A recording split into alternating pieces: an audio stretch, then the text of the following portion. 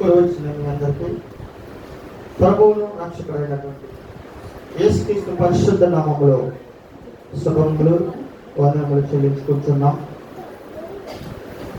ఈ దినాన ప్రభు అయిన యేసుక్రీస్తు ప్రభువారు మరణాన్ని జయించి సమాధిని గెలిచి మరణం పైన విజయాన్ని పొందినటువంటి మహోన్నతుడు, దైవ స్వరూపుడు, దైవ కుమారుడు,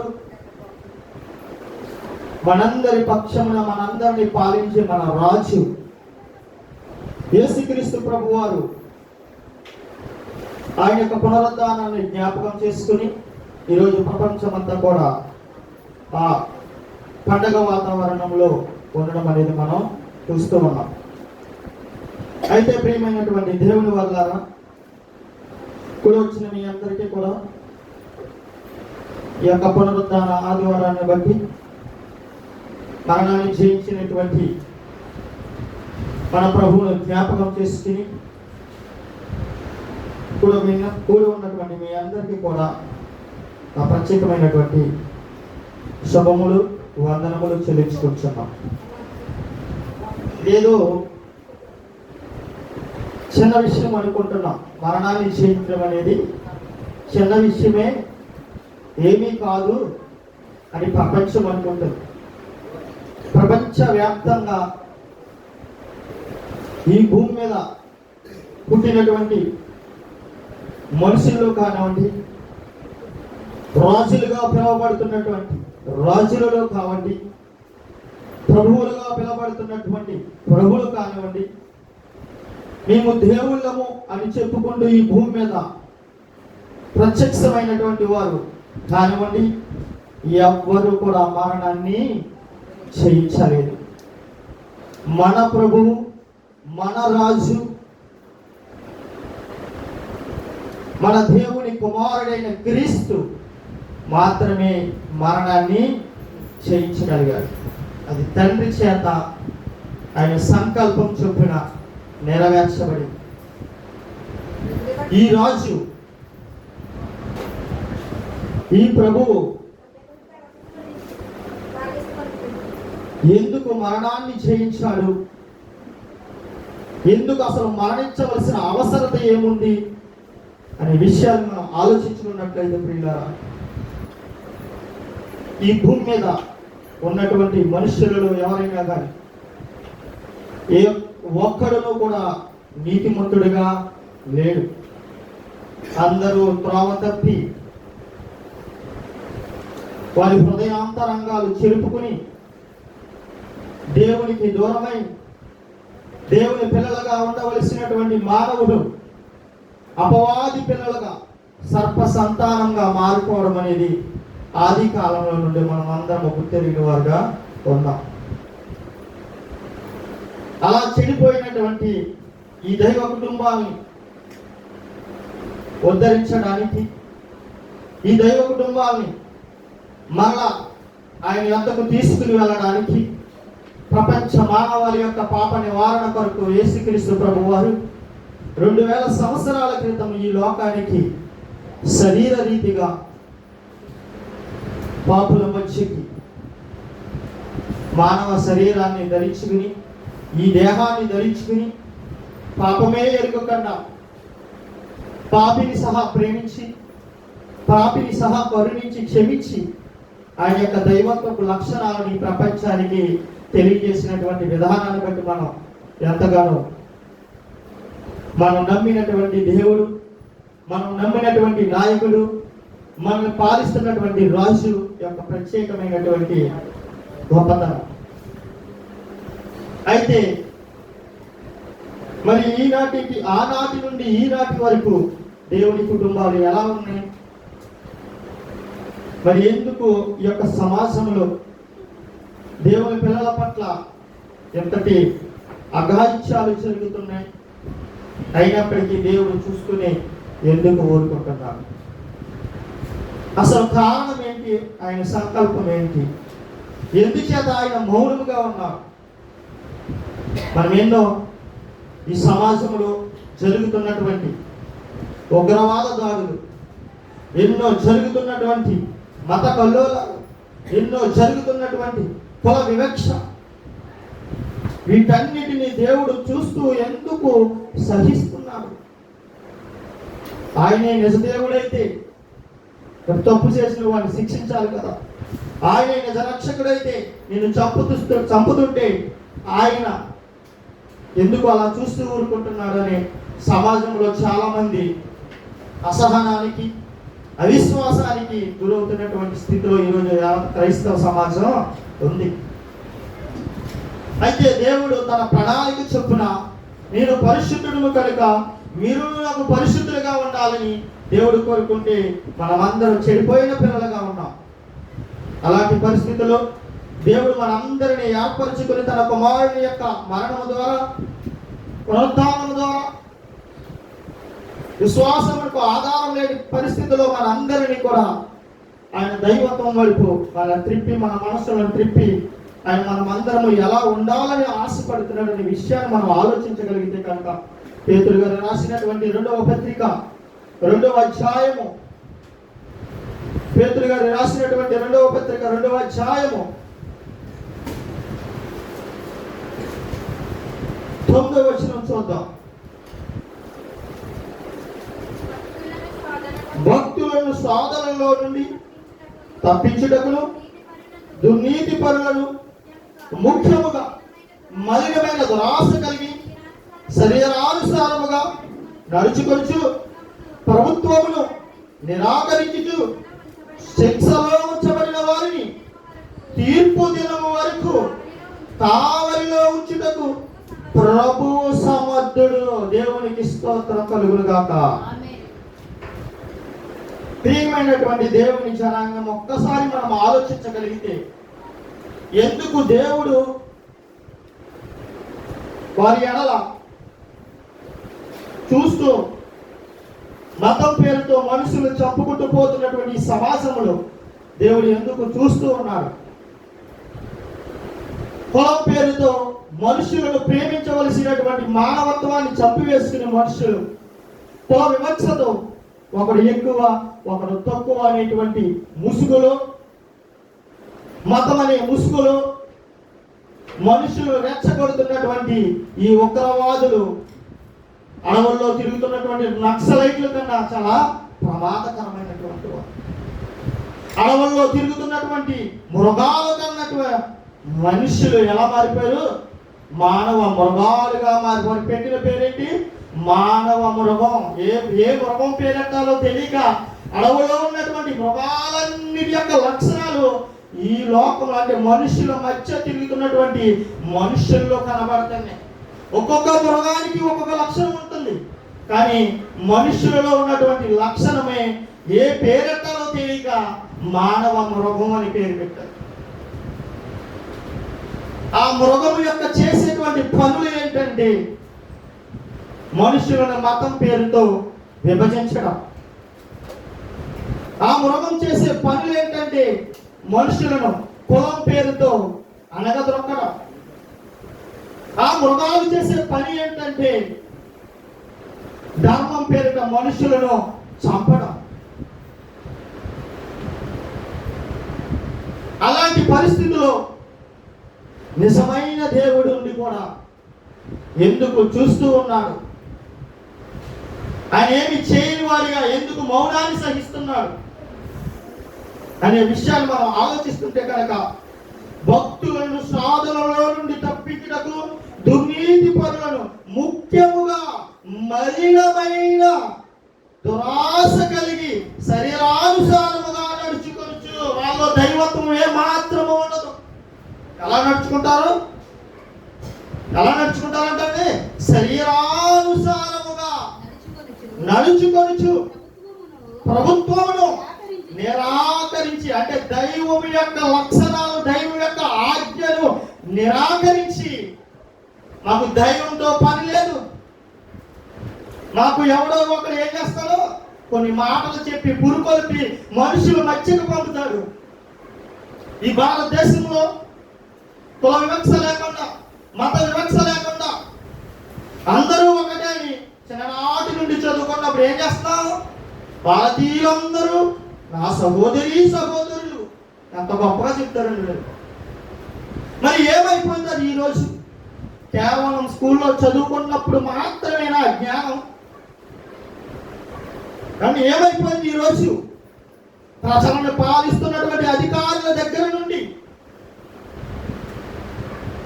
చిన్న పిల్లవాడు, స్కూల్కి ఏమి ఎరగని పిల్లవాడు దగ్గర వరకు ఈ క్రూరత్వము, ఈ మృగపు లక్షణాలు ఆనాటికి పెరిగిపోతున్నాయి. కారణం ఏంటంటే శరీరానుసారమైనటువంటి మనస్సు కలిగి ఉండడం. శరీరాన్ని ఏం చేస్తారు? దేవుని యొక్క కట్టడలను ఏమాత్రము లెక్క చేయకుండా మతం అనే ముసుగులో మనిషిని ప్రేమించవలసినటువంటి సాటి మనిషి మానవత్వాన్ని కోల్పోయి తనలో ఉన్నటువంటి దుష్టత్వాన్ని, మృగపు లక్షణాన్ని బయటికి తీసుకొస్తున్నాడు. ఒక క్రైస్తవుడిగా ఉండి నాకెందుకులే అని నువ్వు బయట రాకుండా కేవలం గృహానికే బందీ అయిపోతే కనుక, కేవలం ఏదో ముసలి కన్నీరు కాచి ప్రార్థన చేస్తే కనుక ఈ సమాజము ఏమైపోతారు? ఈ సమాజంలో నీ కుటుంబం ఉంది, మర్చిపోతున్నావు. ఈ సమాజంలో నీ బంధువులు ఉన్నారు, మర్చిపోతున్నావు. ఈ సమాజంలో నీ స్నేహితులు ఉన్నారు, మర్చిపోతున్నావు. నిజంగా నీవు దేవుణ్ణి అంగీకరించిన వారు అయితే, నిజంగా నీలో దైవత్వపు లక్షణాలు ఉంటే కనుక నీది బాధ్యత, నీకు బాధ్యత ఎవరి పట్ల? సమాజం పట్ల. అటువంటి బాధ్యత కలిగినటువంటి వారిగా నా దేవుడు, నన్ను రక్షించినటువంటి నా ప్రభువు, నా పాపాలను తీసివేసినటువంటి నా రక్షకుడు నా కోసం శిలువలో ప్రాణం పెట్టి, నేను ఒకప్పుడు ఈ శరీర సంబంధమైన ఆలోచనలతో, ఈ శరీర సంబంధమైన దుష్టత్వముతో ఈ లోకంలో పెరుగులాడుతున్నప్పుడు ఆయన స్వార్థమానం ద్వారా నన్ను ఏం చేసుకున్నాడో తెలుసుకున్నాడు. దినదినము ఆయనకి దగ్గర అయ్యే కొద్దీ కూడా నాలో ఉన్నటువంటి దుష్టత్వాన్ని చంపుకుంటూ దైవ లక్షణాలని నాకు నేర్పిస్తున్నాడు. మరి అలా అవ్వాలంటే ప్రభు ఏం చేయాలి? వేచి చూడాలి. కానీ ఈరోజు సమాజం అంతా ఎలా ఉంది? ప్రభు ఎలా కోరుకుంటారు? పేతురు రాసినటువంటి రెండవ పత్రిక 2వ అధ్యాయము 9వ వచనం. పేతురు రాసినటువంటి మొదటి పత్రిక 2వ అధ్యాయము 9వ వచనం. అయితే మనము చీకటిలో నుండి ఆయన ఆశ్చర్యకరమైనటువంటి వెలుగులోనికి మిమ్మును పిలిచిన వాని గుణాతిశయములను ప్రచురము చేయ నిమిత్తము ఏర్పరచబడిన వారు, ప్రత్యేకింపబడిన వారు మనమందరం. ఒకప్పుడు చీకటిలో బ్రతికిన వారు, ఒకప్పుడు మతమనే దుష్టత్వంలో బ్రతికిన వారు, ఒకప్పుడు కులమనే వివక్షలో బ్రతికిన వారు. ఇప్పుడైతే ఆ యొక్క చీకటిలో నుండి వెలుగులోనికి పిలుచుకున్నటువంటి ఆ ప్రభు యొక్క గుణాతిశయంలో ప్రచురం చేయడానికి ఆయన ఏర్పరుచుకున్నటువంటి పిల్లలు, ఆయన కుటుంబంలో ఉన్నటువంటి మనమందరము కూడా ఈ భూమి మీద ఉన్న సర్వ మానవాళి దేవుని కుటుంబము, దేవుని పిల్లలే. అయితే వారిలో కొందరు ప్రభుని అంగీకరించిన వారు ఉంటారు, కొందరు ప్రభుని అంగీకరించే మనసు లేని వారు ఉంటారు. అయినప్పటికీ మనం వారి ఎడల ప్రేమను మాత్రమే చూపించాలే కానీ మత వివక్షను కానీ, కుల వివక్షను కానీ, మనం కూడా మతమని మత్తులో తిరగకూడదు. అలా తిరగకుండా ఉండాలంటే ప్రభు ఏమన్నాడు? ఆశ్చర్యకరమైనటువంటి తన వెలుగులోనికి మిమ్మును పిలుచుకున్నాడు. వెలుగులో ఉన్నవాడు ఆయనలో ఉన్నవాడితో సమానం. ఆయనలో ఉన్నవాడు ఎవరితో ఉంటున్నాడు? దేవుని యందు నిలిచి ఉంటాడు. దేవుని యందు నిలిచి ఉండువాడు ఈ భూమి మీద ఉన్న మనుషులందరినీ ప్రేమించగలిగే సమర్థుడై ఉండాలి. కానీ మనలో ఏముంటుంది? మన కుటుంబాన్ని మాత్రమే ప్రేమిస్తాం, మన సంఘంలో ఉన్న కొంతమందిని మాత్రమే ప్రేమిస్తాం, మన చుట్టూ ఉన్నటువంటి మన కులం వాడినే ప్రేమిస్తాం. మనం క్రైస్తవ్యాన్ని కూడా ఈరోజు మతం అని పేరు పెట్టాం చూసారా, ఆ మతంలో ఉన్న వాడినే ప్రేమిస్తాం. ఇది మతం అనే ముసుగులో బ్రతికినంతకాలం మన బ్రతుకులు అలాగే ఉంటాయి. కానీ క్రైస్తవ్యం మతం కాదు, పరలోకానికి ఒక మార్గం అని నీ బ్రతుకు ద్వారా పాఠాన్ని నేర్పాలి. ఆయన ఒక కులానికి నాయకుడు కాదు, ఆయన ఒక మతానికి నాయకుడు కాదు. భూమి మీద ఉన్న సర్వ మానవాళి పాప క్షమాపణ కొరకు శిలువపై వేలాడదీయబడినటువంటి సర్వోన్నతుడైనటువంటి దేవుని కుమారుడు, విమోచకుడు, రక్షకుడు. ఏదో కులం తక్కువ వరకు ఈ లోకానికి రాలేదు. ఈరోజు చాలా మంది మతోన్మాదులు ఏమంటున్నారు, కులం మార్చుకోమంటున్నారు. అంటే కులానికి ఒక దేవుడు ఉంటారా? దేవుడు ఒక్కడే ఉంటారా? ఎంత అజ్ఞానంలో బ్రతుకుతున్న సమాజం ఆలోచించండి. కులానికి ఒక దేవుడు ఉంటే ఈరోజు ఇంటికి ఒక దేవుడు రావాల్సి ఉంటుంది. కులానికి ఒక దేవుడు ఉంటే ఎవడి కులం వాడికే గొప్ప అంటారు. కానీ దేవుడు అనేవాడు ఒక కులానికి మాత్రమే దేవుడు. అవును, ఒకవేళ ఒక కులానికి మాత్రమే నేను దేవుడిని అంటే ఆ వారసు దేవుడే కాదు, రాక్షసుడు అన్నమాట. దైవత్వపు లక్షణాలు లేనివాడు దేవుడు కానే కాలేడు. ఈ భూమి మీద ఉన్నటువంటి పిల్లలందరూ నా తండ్రి పిల్లలు, నా తండ్రి కుటుంబం, ఆ తండ్రి యొక్క ఆత్మలోని భాగాలుగా ఈ భూమి మీదకి వచ్చారు. కాబట్టి వీరందరూ నా తండ్రి పిల్లలని గుర్తెరి వారందరి కొరకు విమోచన క్రయధనముగా తను తాను శిలువ మరణానికి అప్పగించుకున్న వాడే దైవత్వం కలిగిన వాడు అవుతాడే. కానీ మతం పేరుతో మనుషులను విడగొట్టేవాడు, కులం పేరుతో మనుషులను చిన్న చూపు చూసేవాడు దైవత్వం పోలిన వారిగా ఎప్పటికీ ఉండలేదు. వాళ్ళు దైవత్వపు లక్షణాలు ఏ లక్షణాలు ఉంటాయి? ఉగ్రవాద లక్షణాలు ఉంటాయి. వాళ్ళ దైవత్వపు లక్షణాలు ఏ లక్షణాలు ఉంటాయి? మతం అనే మొత్తనే లక్షణం ఉంటుంది. సాటి మనిషిని తోటి సహోదరుడిగా ప్రేమించలేడు. ఈ మొత్తం ఉన్నంత కాలంలో కూడా ఈరోజు క్రైస్తవులో కూడా అలాగే ఉన్నారేమో. వారు మా కులం వారు కాదు, వారు మా ప్రాంతం వారు కాదు, కానీ వారు మా పేదవారు కాదు, వారు మా సంఘం కాదు. ఎక్కడుంది ఈ పనికి మారినటువంటి వివక్ష? సంఘాల్లో కూడా వచ్చేసింది. ఎక్కడికి వచ్చేసింది? క్రైస్తవ సమాజంలోని కూడా వచ్చేసింది ఈ కుల వివక్ష. అంటే మత సాధనగా విడిపోయి క్రైస్తవ్యాన్ని విడదీసేసి మతం అనే మధ్యలో ఉండి దేవునికి దగ్గర చేయకుండా పిల్లల్ని ఏం చేసుకుంటారు ఈరోజు మత సాగరాన్ని కూడా. అది క్రైస్తవంలో కూడా, అంటే అది క్రైస్తవంలో కూడా ఇది ఒక మతం అని చెప్పేసి ఒక్కొక్కరు ఒక్కొక్క డినామినేషన్ ఏర్పరచుకుని ఇది ఒక మతము, మీరు ఈ డినామినేషన్ లో ఉండాలి కానీ ఇంకొక చర్చి కానీ ఇంకొక డినామినేషన్ కానీ మీరు వెళ్ళకూడదు. చూసారండి ఎక్కడుందో ఈ మతం మొత్తం క్రైస్తవ్యంలోని కూడా వచ్చేసింది. మనుషులు సహోదరులుగా కలిసి ఉండవలసినటువంటి క్రైస్తవులు కూడా ఏమైపోయారు ఈరోజు? విడిపోయారు. కారణం బోధన. కారణం నేను ఎవరైతే నడిపించే నాయకుడిగా సంఘాన్ని నడిపిస్తున్నాడో వాడు. కారణం నీ అవివేకతనం. కారణం నీలో గూడు కట్టుకుపోయినటువంటి కుల వివక్ష. కారణం నీలో ఉన్నటువంటి అనేక రకమైనటువంటి శరీర సంబంధమైనటువంటి నిర్జీవ క్రియలు ఏదైతే మన హృదయంలో గూడు కట్టుకుని ఉన్నాయో అవి వాటిని తెంచుకుని రాలేకపోతున్నాం. అందుకే మన బ్రతుకులు అలా మారిపోతున్నాయి. దేవునికి ఏమాత్రము దగ్గర కాకుండా అయిపోయినాం.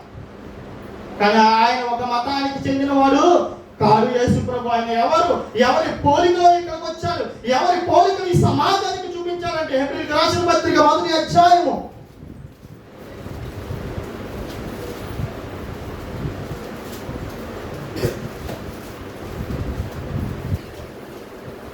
3వ వచనం. హెబ్రీయులకు రాసిన పత్రిక 1వ అధ్యాయం 3వ వచనం. ఆయన దేవుని మహిమ యొక్కయు, ఆయన దేవుని మహిమ యొక్క తేజస్సును. ఎవరైనా నువ్వు నేను ఈరోజు మరణాన్ని జయించి నిలబడినటువంటి, సమాధిని గెలిచాడని చెప్పుకొని పండగ చేసుకుంటున్నామే. ఒక రాజును జ్ఞాపకం చేసుకుని, ఒక నాయకుని జ్ఞాపకం చేసుకుని, ఆయన ఎవరు ప్రతిబింబం అని దేవుడు చెప్తున్నాడు. నా ప్రతిబింబం. ఆయన ఎవరు ప్రతిబింబం అంట? దేవుని ప్రతిబింబం అని దేవుడే చెబుతున్నాడు. ఆయన ఎవరు ప్రతిబింబం అన్నాడు చూడండి. ఆయన దేవుని మహిమ యొక్క తేజస్సును ప్రతిబింబం. ఆయనలో దేవుడు కనబడతాడు. ఎందుకు? దేవుడి యొక్క లక్షణాలు ఒక్క యేసుక్రీస్తు ప్రభువులో మాత్రమే ఉంటాయి. ఇంకా ఏమంటున్నాడు చూడండి. ఆయన తత్వం యొక్క మూర్తి మంతముడై ఉండి, ఆయన తత్వం, దేవుడి యొక్క తత్వం ఏమైపోయింది? పూర్తిగా ఎవరిలో కనబడుతుంది? ఈ లోకానికి వచ్చినటువంటి క్రీస్తు ప్రభులో మాత్రమే కనబడుతుంది. ఏమన్నాడు చూడండి. తత్వం యొక్క మూర్తి మంతముడై ఉండి తన మహత్తు గల మాట చేత సమస్తమును నిర్వహించుచు పాపముల విషయములో శుద్ధీకరణమును తానే చేసి, పాపం విషయం ఏం చేశాడు? ఆయనే శుద్ధీకరణం చేశాడు. ఈ భూమి మీదకి వచ్చిన రాజుల్లో కానివ్వండి, ప్రభులో కానివ్వండి, దేవుళ్ళు అనబడిన వారిలో కానివ్వండి, ఎవరు చేయలేనటువంటి శుద్ధీకరణ నా యేసు ప్రభు మాత్రమే చేసినది. నా ఒక్కడి కొరకు కాదు, ఈ భూమి మీద ఉన్న సర్వ మానవాళి కొరకు చేశాడు శుద్ధీకరణ. అది దైవత్వం అంటే. ధనికుడు, పేదవాడు, కులం తక్కువవాడు, కులం ఎక్కువవాడు, అగ్ర కులం వాడు అని చెప్పే దేవుడు నాకు వద్దు. నువ్వు కులం అగ్ర కులం అయితేనే నన్ను ఆరాధించాలి అనే దేవుడు నాకు వద్దు. నాకే దేవుడు కావాలి? దైవత్వాన్ని కలిగిన దైవ కుమారుడైన క్రీస్తే నాకు కావాలి. ఆ దైవత్వాన్ని ధరించుకున్న ప్రభు మాత్రమే మనుషులందరినీ ప్రేమించి, అంటే చెప్తే సరిపోతుందా? నేను అందరినీ ప్రేమిస్తాను, నాకు అందరూ సమానమని చెప్తే సరిపోతుందా? చేసి చూపించాలి. అది ఆయన 2000 సంవత్సరాల క్రితమే ఈ భూమి మీదకి వచ్చి జీవితాన్ని జీవించి, పరిశుద్ధంగా జీవించి, తన పరిశుద్ధ శరీరాన్ని, తన పరిశుద్ధ రక్తాన్ని సర్వ మానవాళి పాప నివారణ కొరకు శిలువపై రక్తాన్ని కాచి శరీరాన్ని నలగగొట్టుకున్న మహోన్నతుడు, మన మహారాజు, మన ప్రభువు, మన రక్షకుడు.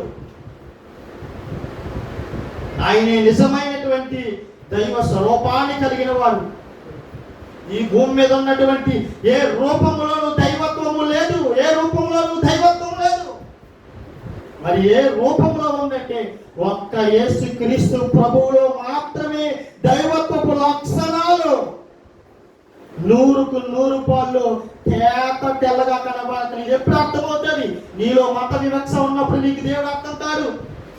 నీలో కుల వివక్ష ఉన్నప్పుడు, ఎక్కువ కులం తక్కువ కులం అనే ఆలోచన కలిగినప్పుడు నీకు దేవుడు అర్థం కాదు. ఇవన్నీ పోతే తప్ప దేవుడిగా మనకి అర్థం కాదు. మనుషులను చంపుకుంటూ పోయే దుర్మార్గుడికి దేవుడు అర్థమైపోతే, మనుషులను ప్రేమించడం చేతగాని సన్నాసులకి దేవుడు అర్థమైపోతే దేవుని గొప్పతనం ఏముంటుంది? మతం పేరుతో మనుషులు చంపుకుంటూ పోయే వారికి కూడా దేవుడు అర్థమైపోతే దేవుని గొప్పతనం ఏముంటుంది? ప్రేమించి చూడు మనుషుల్ని, అప్పుడు దేవుడు అర్థమవుతాడు. నిన్ను హింసించే వారి గురించి కూడా నువ్వు ప్రార్థన చేసి చూడు. వారు క్షమించు ప్రభు, వారు తెలియక తప్పు చేశాడని ప్రార్థన చేసి చూడు, అప్పుడు దేవుడు అర్థమవుతాడు. మనుషులందరూ ఒక్కరేని ఒక తండ్రి కుమారుని నువ్వు ఆలోచించి చూడు, అప్పుడు దేవుడు అర్థమవుతాడు. దేశానికో దేవుడు, ప్రాంతానికో దేవుడు, తెల్లోడికో దేవుడు, నల్లోడికో దేవుడు ఆలోచన కలిగి ఉన్నంత వరకు నీకు నిజమైన దేవుడు ఎప్పటికీ అర్థం కాదు. ఇవన్నీ నుంచి అప్పుడే నిజమైన దేవుడుగా నీకు అర్థమవుతాడు. ఆయన శిలువ మరణం యొక్క త్యాగం ఏంటో అప్పుడు అర్థమవుతుంది. ఆయన చేసినటువంటి మహోన్నతమైనటువంటి ప్రక్షాళన మోక్షానికి మార్గాన్ని తెరిచేటువంటి ఆ ద్వారం నీకు నీ కళ్ళకు అప్పుడు కనబడుతుంది. అప్పటి వరకు కుల వివక్షలో కానీ మత వివక్షలో కానీ ఉంటే కనుక నీకెప్పటికీ దేవుడు అర్థం కాదు. ఒకవేళ నువ్వు సన్నిధికి వచ్చినా ఆరాధనకు వచ్చినా దేవుడు అర్థం కాదు. పెంచాలి, చంపాలి, మనలో ఉన్నటువంటి ఉగ్రవాద లక్షణాలను చంపుకోవాలి తినదేమో, అప్పుడే దేవుడు అర్థమవుతాడు. చూడండి, ఈ లోకంలో దేవుడు కాకపోతే ఇంకా మనుషులు దుర్మార్గులు ఎందుకు బ్రతుకుంటున్నారు అనుకుంటున్నారు? ఆయన యొక్క ఆలోచన ఏంటి? ఆయన యొక్క లక్షణం ఏంటి? ఈ భూమి మీద నోవాహు జలప్రలయం నాటికి మనుషులందరూ ఏమైపోయి ఉన్నారు? చెడిపోయిన హృదయం కలిగి ఉన్నారు. ఆయన ఏమో పరిశుద్ధులుగా ఉండాలనుకుంటే మనుషులందరూ కూడా చెడిపోయారు. ఒకసారి ఆ యొక్క చెడిపోయిన సమాజాన్ని దేవుడు ఏం చేశాడు? జల సమాధి చేసేసాడు. అంతే, ఒకే ఒక కుటుంబాన్ని కాపాడాడు. ఆ కుటుంబం ద్వారా సువార్త ప్రకటన చేశాడు. వారు వినలేదు కాబట్టి ఏం చేశాడు? జల సమాధి చేశాడు. మళ్ళా అలా చేయొచ్చు కదా, ఇప్పుడు ఎందుకు చేయట్లేదు? ఆయన ఒక వాగ్దానం చేశాడు మనందరికీ, ఆకాశము భూమి నిలిచినంత వరకు నేను ఎప్పటికీ కూడా నా ప్రజలను నేను చంపుకోను, ఈ యొక్క నీటితో ఈ జల సమాధిని నేను చేయనని మాట ఇచ్చాడు. అసలు మనమేమండి? మనమేమన్నా మంచి వాళ్ళమా? ప్రధానులమా? గొప్పవారుమా? నువ్వు పాపమని తెలుసుండు కూడా, నీలో ఏమాత్రము దైవ లక్షణం లేదని తెలుసుండు కూడా ఆయన నీకు నాకు మాట ఇచ్చాడు. నువ్వు మార్పు చెందే వరకు నీకు సమయాన్ని ఇస్తాడు. అందుకే ఆయన ఏమంటాడు చూడండి, కీర్తన గ్రంథం 14వ అధ్యాయం 3వ వచనం. కీర్తన గ్రంథం 14వ అధ్యాయం 3వ వచనం.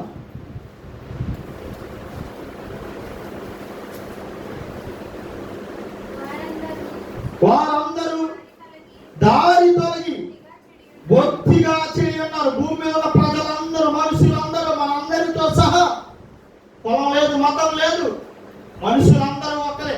ఆ ఒక్కరందరూ, ప్రజలందరూ కూడా ఎలా ఉన్నారు? దారి తొలగి. ఏ దారి తొలగిపోయారు వీళ్ళు? దేవుని దారి తొలగి బొత్తిగా చెడిపోయారంట. బొత్తిగా చెడి ఉన్నారు. మేలు చేయవారు ఎవరు లేరు, ఒక్కడైనను లేడు. మేలు చేసేవాడు ఎవ్వరు లేరు, ఒక్కరు కూడా లేడు భూమి మీద. ఈరోజు క్రైస్తవ్యాన్ని చూసి ఎంత హేళన చేస్తున్నారు తెలుసా? పాపులు వచ్చారండి, పాపులు. గొర్రెలు వచ్చినాయండి, గొర్రెలు. మనం పాపిని మనం ఒప్పుకుంటే తప్ప మనకేముండదు? క్షమాపణ ఉండదు. ఆ మాత్రం జ్ఞానం లేదు మనుషులకి ఈరోజు.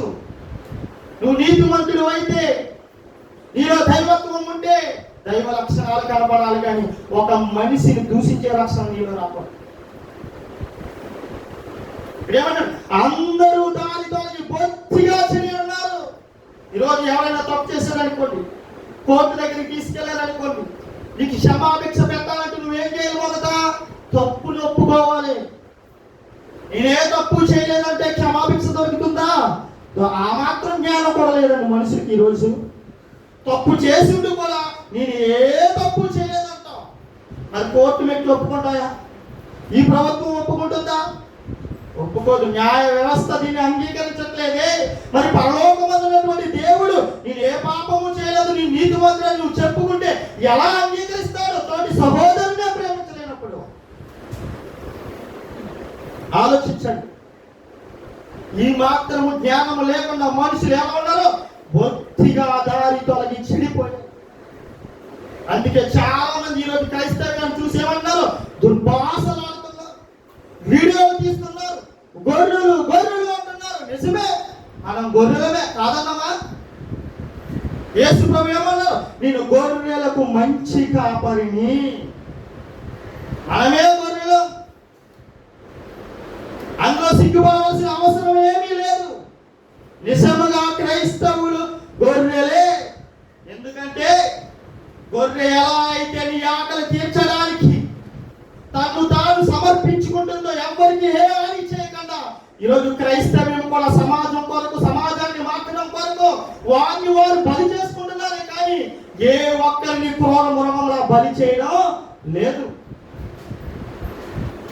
మనం గొర్రెలం కాబట్టి సహించే గుణం ఉంది. మనం గొర్రెలం కాబట్టి లేనిపోని నిందలేస్తున్నా భరించే గుణం ఉంది. ఈరోజు ఈరోజు హేళన చేసేవాడు ఏమై ఉన్నాడు?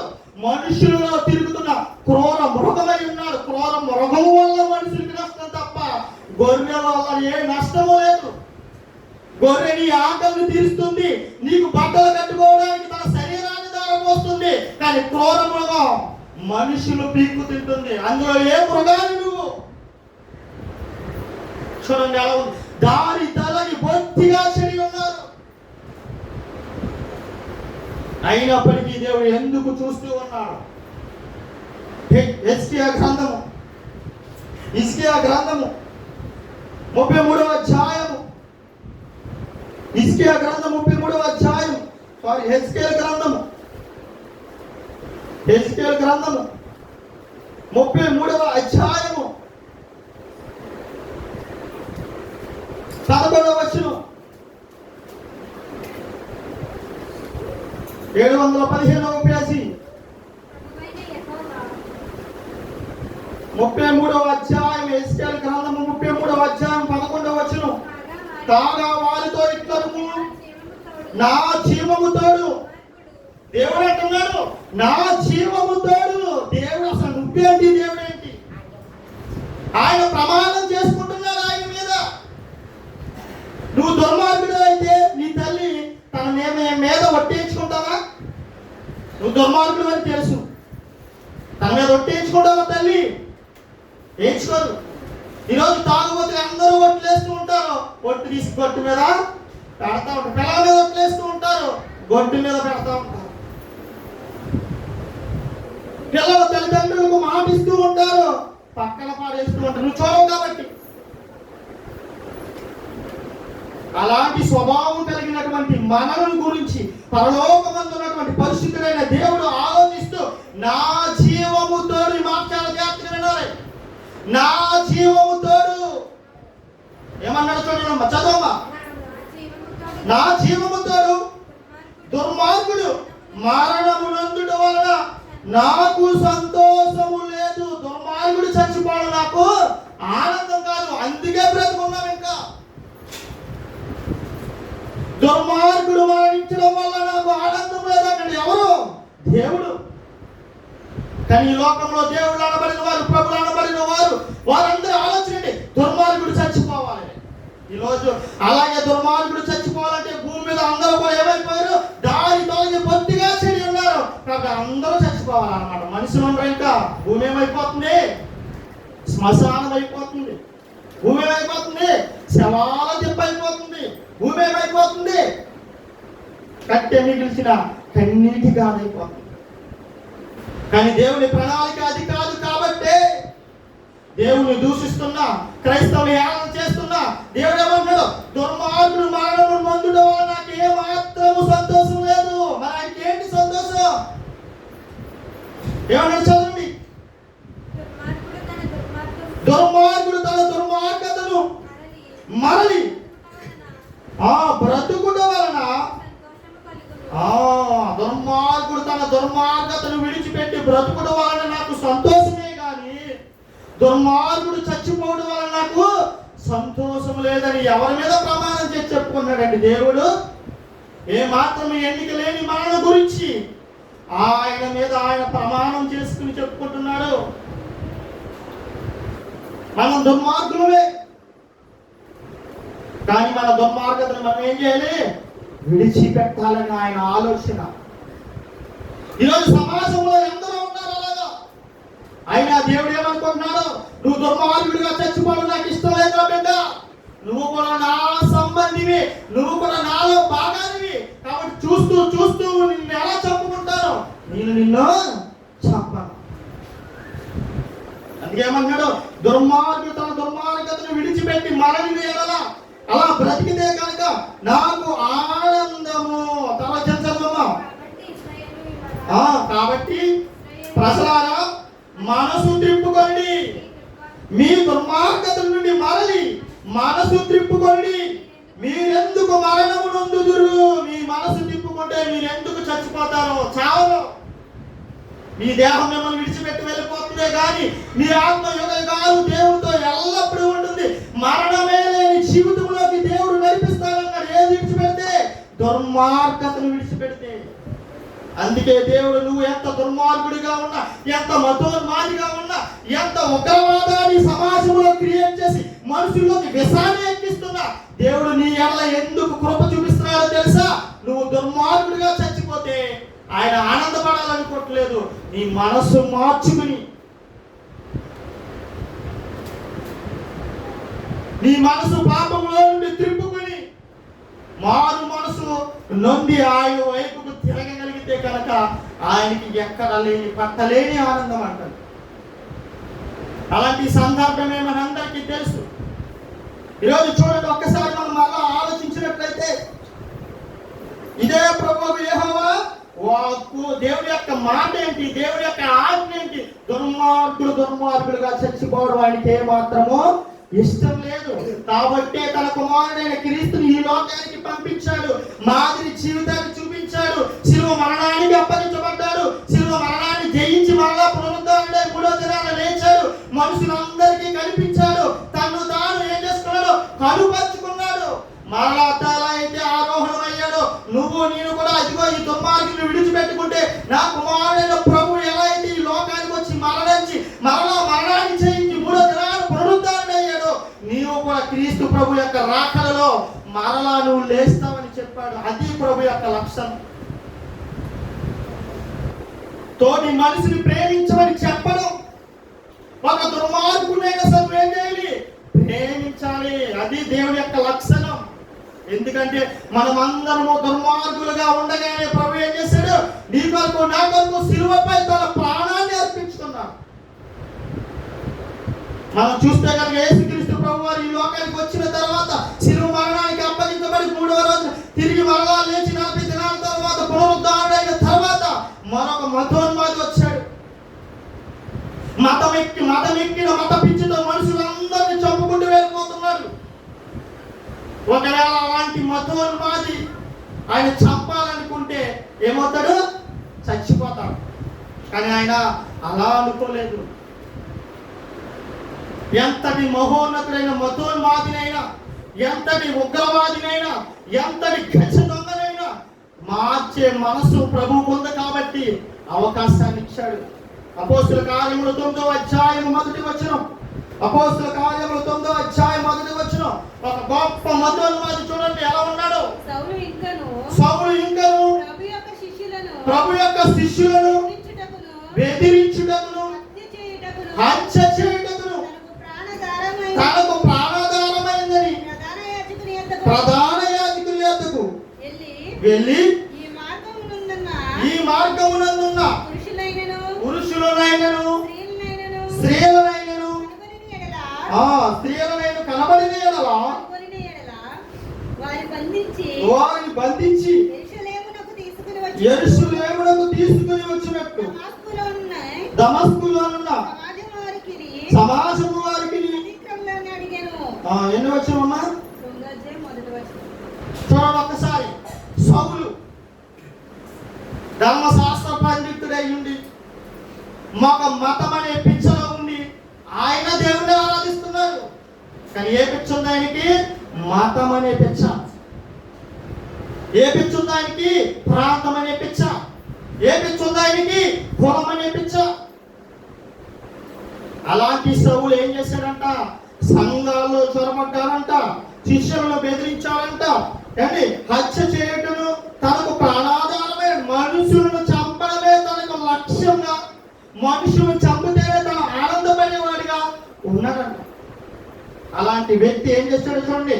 ఈ మార్గం అందున్న ఏ మార్గం అది? ఈ మార్గం అంటే ఏంటి? ఈ మార్గం అందున్న పురుషులను స్త్రీలనైనను కనుగొనిన యెడల వారిని బంధించి యెరూషలేమునకు తీసుకుని వచ్చుటకు దమస్కులోని సమాజంలో వారికి పత్రికలు ఇమ్మని అడిగాను, ఆపేసేసాడంట. ఏ మార్గం అది? ప్రభు మార్గం. మతం కాదు. మతం అలా చూసారు ఆయన కూడా. ఇక్కడ ఒక మతోన్మాది కూడా ఈ మతంలో ఉన్నవాడిని అనలేదు. అక్కడ ఏమన్నాడు? ఈ మార్గంలో ఉన్న స్త్రీలనైనను పురుషులనైనను బంధించి తీసుకురండి. ఆ ప్రభువుని నమ్ముకున్న వారందరినీ తీసుకొచ్చి వారందరినీ హింసించండి. వారి యొక్క హింసను చూసి తర్వాత తరం వారు ఏమవుతారు?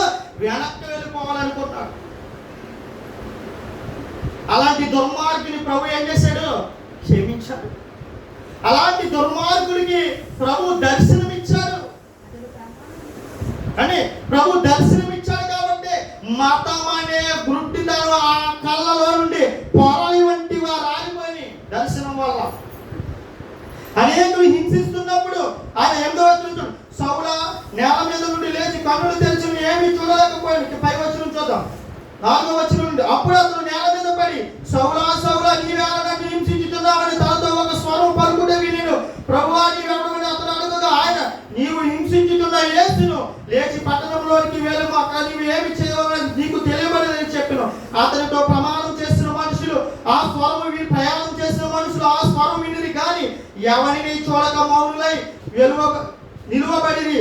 సౌలు నేల మీద నుండి లేచి కన్నులు తెరిచిన ఏమీ చూడలేకపోయాను గనుక వారందరిని చేయి పట్టుకుని దమస్కులోనికి నడిపించి అతను 3 దినములు చూపు లేక అన్నపానములు ఏమీ పుచ్చుకొనకుండెను. దమస్కులో అననీయ అని ఒక మనుషుడు నేను ప్రభు దర్శనమందు అననీయ అని అతని పిలవగా అతను, ప్రభువా ఇదిగో నేనున్నాను. అందుకు ప్రభు, నీవు లేచి తిన్నది నిలబడిన వీధికి వెళ్ళి యోధా అని వారి ఇంటను తరచువాడైన సౌలు అని వారి కొరకు విచారించుము. ఇదిగో అతను ప్రార్థన చేస్తున్నాడు. అతను అననీయ అని ఒక మనుషుడు లోపలికి వచ్చి తాను దృష్టి పొందినట్లు తల మీద చేతులు ఉంచడం వల్ల చూచి ఉన్నాడని చెప్పాడు. అందుకు అననీయ, ప్రభువా ఈ మనుషుడు సౌలు యెరూషలేములో నీ పరిశుద్ధులకు ఎంతో కీడు చేసి ఉన్నాడని అతని గూర్చి అనేకుల వల్ల వింటిరి. యెరూషలేములో ఏం చేశాడంటే ప్రభువుకి అంగీకరించిన మనుషులందరినీ కూడా హింసించి ఉన్నాడు, చంపేశాడు. నువ్వేమో ఆయన దగ్గరికి వెళ్ళి ఏమేమంటున్నావు? బాప్తిస్మం ఇవ్వమంటున్నావు, ప్రార్థన చేయమంటున్నావు, కళ్ళు తెరిసేట్లుగా ప్రార్థన చేయమంటున్నావు. ఏంటి ప్రభువా? ఆ వ్యక్తి మంచివాడు కాదు, సంఘాన్ని హింసిస్తున్నాడు, ఒక గొప్ప మతోన్మాది. అలాంటి ఆయన దగ్గరికి వెళ్ళేమన్నాడు అననీయని, నువ్వు ఆ వ్యక్తి దగ్గరికి వెళ్ళి ప్రార్థన చేయి. అది ప్రభు యొక్క గొప్ప మనసు. ఏమన్నాడండి? సంఘాన్ని హింసిస్తూ ప్రజలను చంపుకుంటూ పోతున్న వాడిని కూడా ఏమన్నాడు? ఆ వ్యక్తి నాకు కావాలి, ఆయన ఉగ్రవాదేవుడు అయినప్పటికీ మరింత బలంగా నేను ఆయన వాడుకుంటాను, మారు మనసు పొందుతారు ఖచ్చితంగా ప్రభువుకు తెలుసు కాబట్టి ఆయన ఏం చేశాడు? అననీయ అనే ఒక భక్తుని పంపించి ఆయన దగ్గరికి ఆయన చూపు పొందేలా ప్రార్థన చేయించి మరలా మారు మనసు నిమిత్తం బాప్తిసం ఇచ్చి ఆయన్ని తీసుకుని వెళ్ళినప్పుడు ఆయన ఎవరో కాదు, పౌలుగా మన మధ్యకు నడిపించబడి ఈరోజు ప్రపంచవ్యాప్తంగా అన్యజనులందరి నిమిత్తము కూడా క్రైస్తవులుగా మార్చినటువంటి పత్రికలు రాసిన 14 పత్రికలు రాసినటువంటి మహోన్నతుడిగా పిలబడుతున్న ఒక గొప్పవాడిగా పిలబడుతున్నటువంటి ఒక గొప్ప వ్యక్తి ఆనాడు ఒక మత ఉన్మాది. ఒకవేళ మతోన్మాదిగా ఉండగానే ప్రభువు చంపేయాడు అనుకోండి, ఏమవుతాడు? ఈరోజు అన్య జనుల మధ్యకి సువార్త ప్రకటన ఎంత బలంగా వచ్చేదా? రాదు. ఆ రోజు ఒకవేళ అదే సౌలుగా ఉన్నప్పుడే ఆయన హతమార్చి ఉంటే మన మధ్యకు ఎలాంటి మతోన్మాది సాక్షిగా నిలబడేవాడా? నిలవబడడం. ఒక్కసారి ఆలోచించండి. ప్రభు అయిన దేవుని పిల్లలారా, దేవుని యొక్క లక్షణాలు ఏంటి? దుర్మార్గులు కూడా మారు మనసు పొంది నీ దుర్మార్గతను విడిచిపెట్టి దైవత్వంలోకి నడిపించడమే. దుర్మార్గుని చంపడం దైవత్వమో కాదు. ఈరోజు ఒక వ్యక్తిని చంపేసి నేనే మొగాన్ని నా ధర్మమే గొప్పదనుకుంటున్న ఈ సమాజంలో దేవుని యొక్క నిరీక్షణ తెలియక, దేవుని గొప్పతనం తెలియక, దేవుని యొక్క లక్షణాలు తెలియక మతం అనే మత్తులో మనుషులు ఏం చేసుకున్నారో తెలుసా? వాళ్ళని వాళ్ళు పాడు చేసుకుంటూ సమాజాన్ని పాడు చేస్తున్నారు. అలాంటి బానిసత్వపు బ్రతుకులో మనము ఉన్నామేమో. ఏదో పేరుకి మాత్రమే సన్నిధికి వచ్చేసి, పేరుకి మాత్రమే ఆరాధన చేసేసుకుని, పేరుకి మాత్రమే నామకాంత కూడుకులు పెట్టుకుని అలాంటి నీచమైన బ్రతుకు బ్రతికితే కనుక ప్రభువు మనల్ని క్షమించడం, వారినైనా క్షమిస్తాడేమో కానీ, వారైనా మారు మనసు పొందే అవకాశం ఇస్తాడేమో కానీ, ప్రభుని ఎరిగారని చెప్పుకుని మతం అనే మత్తులో ఉండి, కులం అనే వివక్షలో ఉండి దేవుని సన్నిధికి వచ్చి ప్రార్థన చేసేవాడు ఎవ్వరిని కూడా దేవుడు క్షమించడం. విడిచిపెడదాం వాటన్నిటిని కూడా. నిజమైన క్రీస్తు ప్రభు యొక్క మార్గాన్ని తెలుసుకుందాం. ఆ మార్గంలోనే మనమందరము ప్రయాణం చేయాలి.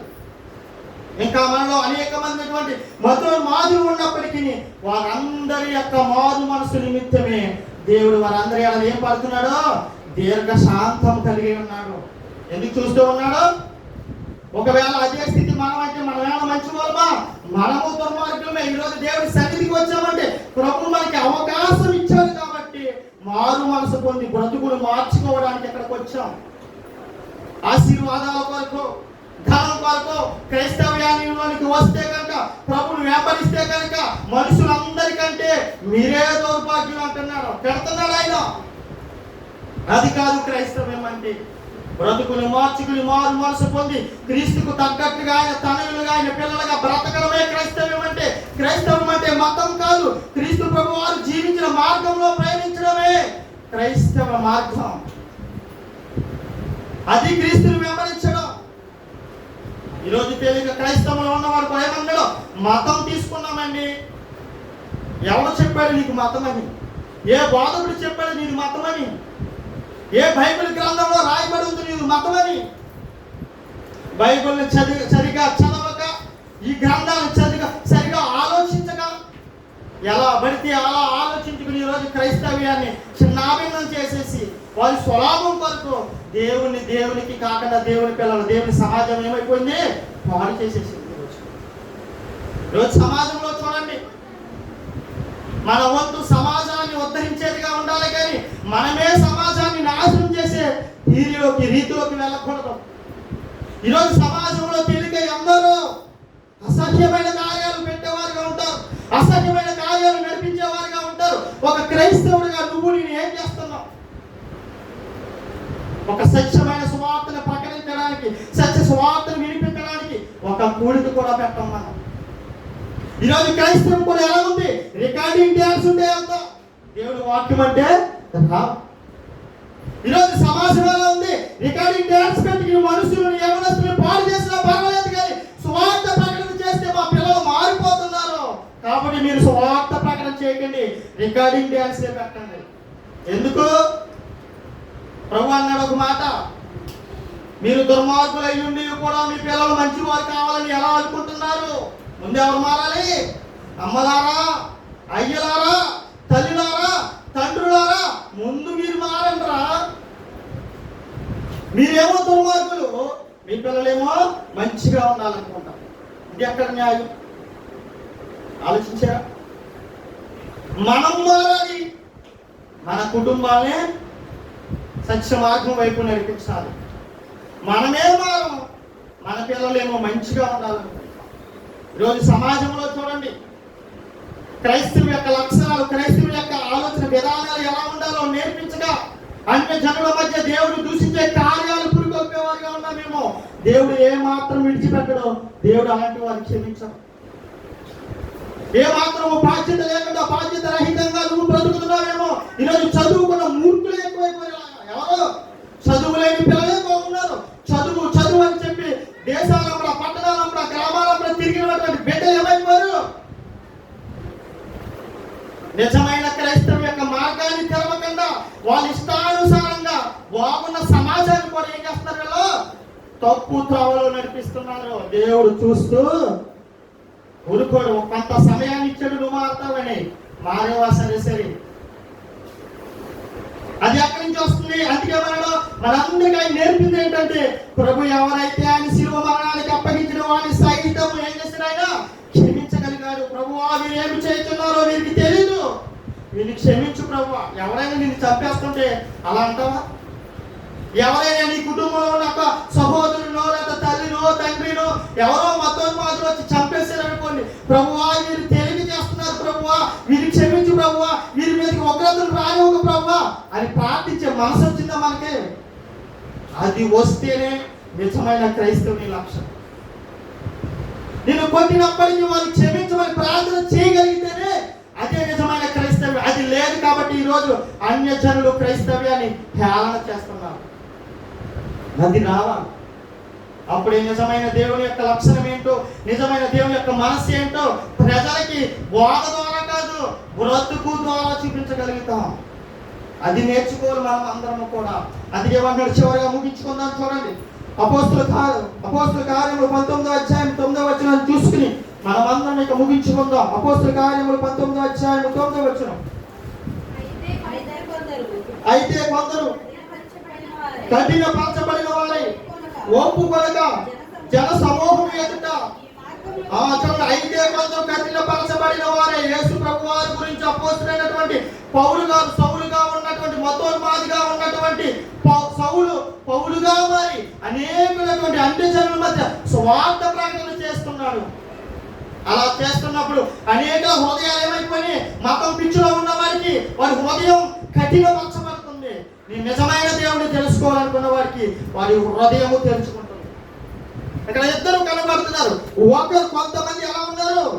కఠినపరచబడిన వారే ఒప్పుకొనగా జన సమూహం ఎదుట ఈ మార్గమును దూషించుతున్నందున. మార్గం ఏంటి? ఏ మార్గం? క్రైస్తవ మార్గం. మతం కాదు. బైకోడు అంటే క్షమిస్తాడు దేవుడు. క్రైస్తవుడే మతం అంటే కనుక దేవుడు ఎప్పటికీ వాళ్ళు తెలియకుంటున్నారు. నువ్వు చెప్పాలి. ఎక్కడ బైబిల్ గ్రంథంలో క్రైస్తవం మతం అని రాయబడి ఏమని రాయబడింది? ఈ మార్గం. ఏంటా మార్గం? ప్రభు అయిన క్రీస్తు మార్గం. ఏంటా మార్గం? పరలోకానికి మార్గం. ఏంటా మార్గం? తండ్రి యొద్దకి మార్గం. ఏంటా మార్గం? నిత్య జీవానికి మార్గం. ఏంటి? క్రైస్తవ్యం. మతం కాదు. మతోన్మాదిని కూడా తన మార్గం వైపు త్రిప్పుకున్న మహానాయకుడు, మహారాజు, మహాప్రభు, మన రాజులకు రాజు, ప్రభువులకు ప్రభు అయినటువంటి యేసుక్రీస్తు ప్రభు వారు.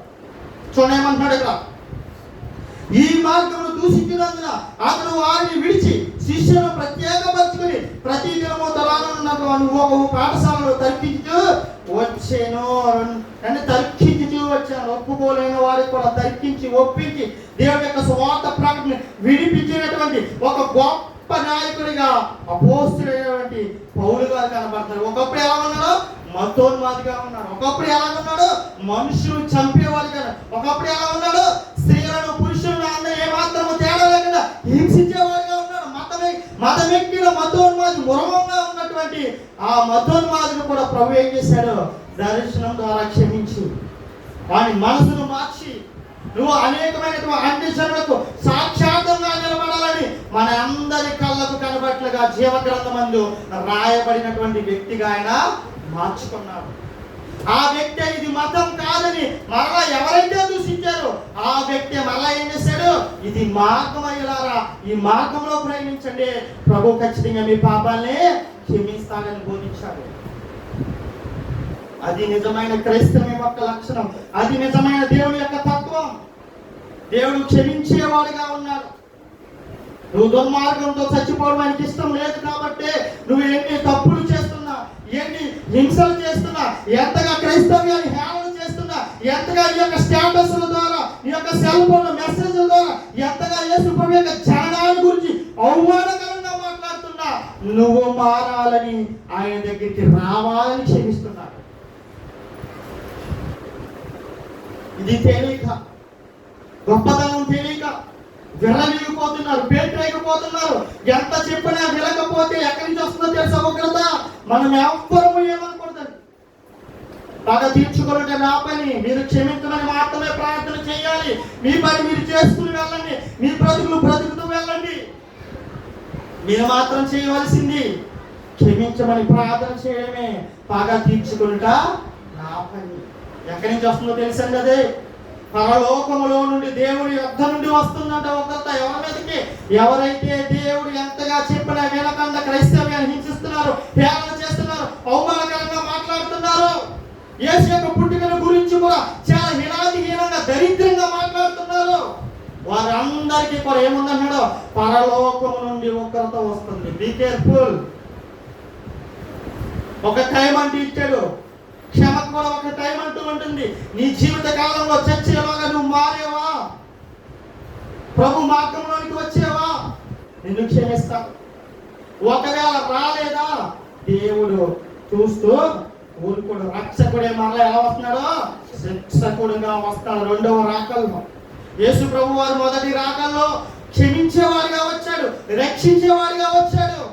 ఆయన తిరిగి మరలా తండ్రి యొద్దకు వెళ్ళిపోయాడు, మరలా తిరిగి వస్తాడు. అప్పుడు రక్షకుడుగా రాడు. ఎలా వస్తాడు? శిక్షకుడుగా వస్తాడు. రక్షకుడే శిక్షకుడే వస్తున్నాడు. ఒళ్ళు దగ్గర పెట్టుకుని నిజ దేవుడి యొక్క నిరీక్షణ కలిగి దేవుడు ఎవరనే ఆలోచన లేకుండా ఇష్టానుసారంగా బ్రతికేసి మతం అనే మధ్యలో ఉంటే కనుక దేవుడు మన ఎప్పటికీ అర్థం కాదు. ప్రియులారా, వెతకండి దేవుడిని. నేను గుడ్డిగా యేసు ప్రభువుని నమ్మమని మీకు ఎవ్వరికి చెప్పట్లేదు. నిజ దేవుడు ఎవరైనా ఆలోచన ప్రతి ఒక్కరికి రావాలి, ఆలోచించాలి. క్రైస్తవులు మతం కాదని పక్కన పెట్టిన వాళ్ళగా పరలోకానికి మార్గం. అయితే ఆ నిజ దేవుని యొక్క లక్షణాలు ఏ దేవుళ్ళలో ఉన్నాయి, ఏ దేవుళ్ళలో కనబడుతున్నాయి ఆలోచించి గుడ్డిగా నమ్మకం. దైవత్వమే లేని వాడిని దేవుడు అంటున్నామేమో, ఉగ్రతకు పాత్ర అయిపోతాం. దైవ కుమారుణ్ణి దెయ్యం అంటున్నామేమో, ఉగ్రతకు పాత్రుడు అయిపోతాం. కొంత సమయాన్ని ఇచ్చాడు. ఈ సమయంలోగా మనమందరం మారి మన బ్రతుకులు మనం మార్చుకున్నట్లయితే ప్రభు నిన్ను నన్ను కూడా ఆయన రెండవ రాకల్లో ఆయన తండ్రి వద్దకు మన అందరిని ఎలా తీసుకెళ్తాడన్నాడో, బ్రతికి ఉంటే సజీవులుగా మన దేహాన్ని మార్చి మహిమ శరీరంగా మార్చి తీసుకెళ్తాడో, ఒకవేళ చనిపోయి ఉండి ఈ దేహాన్ని విడిచిపెట్టి ఉంటే మరలా ఆయన రెండవ రాకల్లో మహిమ శరీరాన్ని ఇచ్చి మరలా ఆయన సన్నిధికి, తండ్రి చెంతకి, తండ్రి ఒడిలోనికి తీసుకుని వెళ్తాడు. అందుకే నేను యేసుక్రీస్తు ప్రభువుని నమ్మాను అని చెప్పగల సత్తా ప్రతి క్రైస్తవుల్లో ఉండాలి. నువ్వు యేసుక్రీస్తు ప్రభువుని ఎందుకు నమ్మావయ్యా, ఆ మతంలోకి ఎందుకు వెళ్ళావయ్యా, అది మతం కాదయ్యా, తండ్రి వద్దకు మార్గం అని చెప్పగలగాలి. అది మతం కాదయ్యా, నిజమైన దేవుని లక్షణాలు ఆయనలో ఉన్నాయని చెప్పాలి. అది మతం కాదయ్యా, పాపుని కూడా క్షమించే మనసు కలిగినటువంటి మహోన్నతుడయ్యా అని చెప్పగలగాలి. అది మతం కాదయ్యా, అది అగ్ర కులానికి సంబంధించిందో తక్కువ కులానికి సంబంధించిన దేవుడు కాదయ్యా, ఆయన మనుషులందరినీ సమానంగా ప్రేమించినటువంటి ఏకైక దేవుని కుమారుడిగా ఈ లోకానికి వచ్చాడు. ఒక్కడే దేవుడు ఉంటాడని నమ్మిన నువ్వు మరి కులానికో దేవుడు అంటున్నావేంటి, మతానికో దేవుడు అంటున్నావేంటి, దేశానికో దేవుడు అంటున్నావేంటి, రాష్ట్రానికో దేవుడు అంటున్నావేంటి, గ్రామానికో దేవుడు అంటున్నావేంటి? ఎంతమంది దేవుళ్ళు ఉంటారు నీకు? ఆలోచించు. దేవుడు ఒక్కడే ఉంటాడు. ఆ ఒక్క దేవుడే నీ పాపాల కొరకు శిలువపై మరణించి మరణాన్ని జయించి పరిశుద్ధుడిగా మరలా తండ్రి సన్నిధికి చేరిన వాడే దేవుడు అవుతాడు. దేవునికి మార్గం అవుతాడు, దేవుని సన్నిధికి మార్గం అవుతాడు. ఇది గుర్తెరిగి నేను మతంలో లేను, మార్గంలో ఉన్నానని ఎక్కడి నుంచి అయినా క్రైస్తవ సమాజం గుర్తెరిగి మన బాధ్యతను ఎరిగి సమాజం పట్ల బాధ్యత కలిగి బ్రతకకపోతే సమాజంకి నువ్వేం ఉద్ధరించకపోయినా పర్లేదు, కానీ సమాజాన్ని చెరిపే మొదటి స్థానంలో నువ్వే ఉన్నావేమో. చాలా జాగ్రత్తగా ఉండాలి. ఈ బాధ్యత గుర్తెరగాలి. మన చుట్టూ ఉన్నటువంటి అన్య సహోదరులు ఎవరైతే ఉన్నారో వారందరినీ క్షమించే మనసు ఉండాలి, వారందరినీ ప్రేమించే మనసు ఉండాలి. వారిని హేళన చేయకూడదు, వాళ్ళని దూషించకూడదు, వాళ్ళ గురించి అవమానకరంగా మాట్లాడకూడదు. మనుషులందరూ ఒక్కడే సమానంగా ప్రేమించే మనసు ఉండాలి. ఆ మనసు లేకపోతే దైవత్వం నీలో లేనట్టే. అలా ఉండగలిగిన నాడే నువ్వు నిజమైన క్రైస్తవుడిగా, నిజమైన క్రైస్తవ జీవితానికి ఒక మార్గంగా క్రీస్తుని పోలి నడుచుకున్నటువంటి వారిగా కనబడతావు. అలా కనబడాలనేదే ప్రభు యొక్క తాపత్రయం, తండ్రి యొక్క ఆలోచన. అందుకే నిన్ను నన్ను ఇంకా ఈ భూమి మీద సజీవ లెక్కల్లో ఉంచాడు, భద్రపరిచాడు. ఎన్ని ఇబ్బందులు, ఎన్ని అపాయకరమైన పరిస్థితులు, విపత్తులు వస్తున్నప్పటికీ ఆయన నిన్ను నన్ను రక్షించి మనందరినీ ఆయన పరిశుద్ధతలోనికి మార్చుకోవాలనుకుంటున్నాడు. అట్టి పరిశుద్ధత మనందరిలో ఏర్పడే వరకు కూడా ప్రభు మన ఆయుష్కాలంతో జీవితకాలంలో ఉంచాలని ప్రభు పేరు కోరుకుంటూ ఇంతటితో ఈ మాటలు ముగిస్తున్నాను. ప్రార్థన చేసుకుందాం. మహాపరిశుద్ధుడా, మహాగణుడా, మహోన్నతుడా, సర్వాధికారి, సర్వ సృష్టికర్తమైన మా తండ్రి, మీ పరిశుద్ధమైన మీ ఉన్నతమైన నామానికి స్తుతులు స్తోత్రాలు చెల్లించుకుంటున్నాం దేవా. ఇదిగో తండ్రి, పాపులమైన మా అందరి కొరకు మేము దుర్మార్గులో ఉన్నప్పటికీ తండ్రి నాయన పరిశుద్ధుడైన నీ కుమారుడైన క్రీస్తుని ఈ లోకానికి పరిశుద్ధాత్మ ప్రేరణ ద్వారా కన్యైన మరియ గర్భంలోనికి ప్రవేశపెట్టి